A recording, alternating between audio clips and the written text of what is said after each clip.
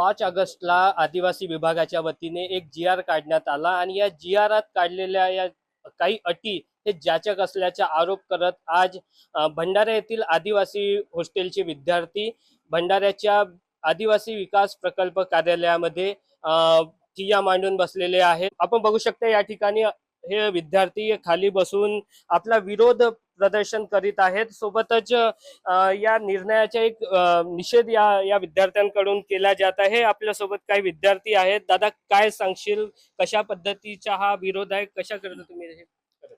माझे नाव नरेश श्री कमलजी नेताम आहे आणि मी आदिवासी विद्यार्थी संघटनाचा जिल्हाध्यक्ष आहे भंडारा। आज आम्ही इथं पीओ ऑफिसमध्ये यासाठी ठिय्या आंदोलन दिलं आहे की महाराष्ट्र सरकारनं 5 ऑगस्ट 2026 ला एक जी-आर आणला आहे। त्या जी-आर मध्ये असं नमूद आहे की हे जी-आर आहे ते वसतिगृहाच्या मुलांसाठी आहेत आणि या जी-आर मध्ये मुलांच्या विरोधात जी-आर मध्ये नमूद केलं आहे तुम्ही ॲडमिशन करत असताना फक्त वसतिगृहामध्ये 26 वर्षापर्यंत तुम्ही हॉस्टेलला राहू शकता, त्याच्यानंतर तुम्हाला ॲडमिशन घेता येणार नाही। आणि दुसरं म्हणजे तुम्ही सिक्वेन्सनुसार तुम्हाला ॲडमिशन करावं लागेल। जसं की जसं मी 12वी केल्यानंतर मला BA करावं लागेल किंवा BSc BCom असं या कोर्स करावा लागेल। जर मला असं झाल्यानंतर डिग्री झाल्यानंतर मला PG करावं लागेल। जर मला असं वाटलं की मला D.Ed करायचं आहे तर मग ते करता येणार नाही। म्हणजे हे माझे एक संविधानानं जे अधिकार आहेत ते माझ्या संविधानाचा अधिकार दवलण्याचा प्रयत्न आदिवासी मंत्रीने केला आहे। त्याच्यामुळे आदिवासीचे मंत्री झाला पाहिजे म्हणून आम्ही एकत्र इथं जमले आहोत पी ऑफिसमध्ये। आणि इथं आज पूर्ण भंडारा प्रकल्पांतर्गत चालणाऱ्या 9 वसतिगृह आहेत, ते सगळं 9 वसतिगृह इथं उपस्थित आहोत।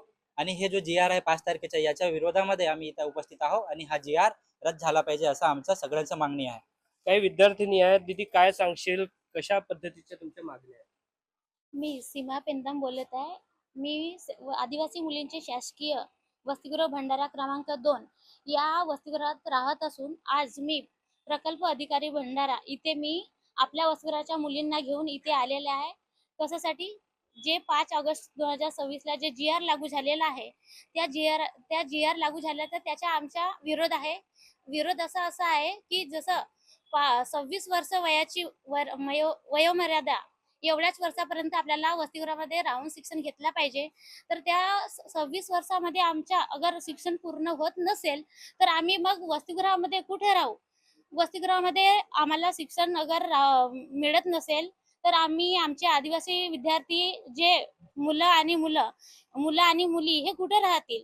आपल्याला वसतिगृह कशासाठी असते? शिक्षणासाठी। आणि शिक्षण हे आम्हाला आदिवासी मंत्री यांच्या जी-आरमध्ये असं दिलं आहे की 26 वर्षापर्यंत शिक्षण घेतलं पाहिजे आणि त्याच्यानंतर घ्यायचं असेल तर तुम्ही वैयक्तिक म्हणजे स्वयंची योजना न घेता वसतिगृहामध्ये न राहता एज्युकेशन घेऊ शकतो।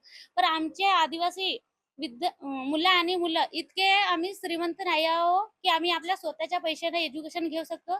वसतिगृह याच्यासाठी लागू आहे आम्हाला की हे आज एज्युकेशन घेऊन समोर एक अधिकारी बनला पाहिजे।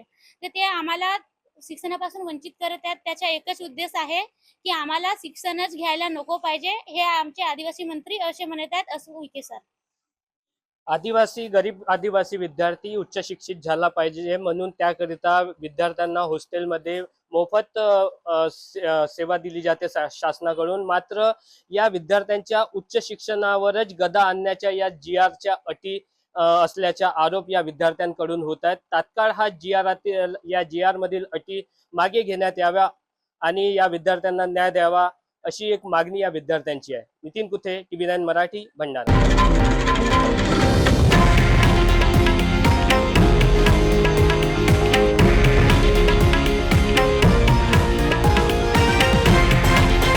हे आहे देशातील नंबर 1 न्यूज नेटवर्क आणि आपण पाहत आहात TV9 मराठी, एकमेव।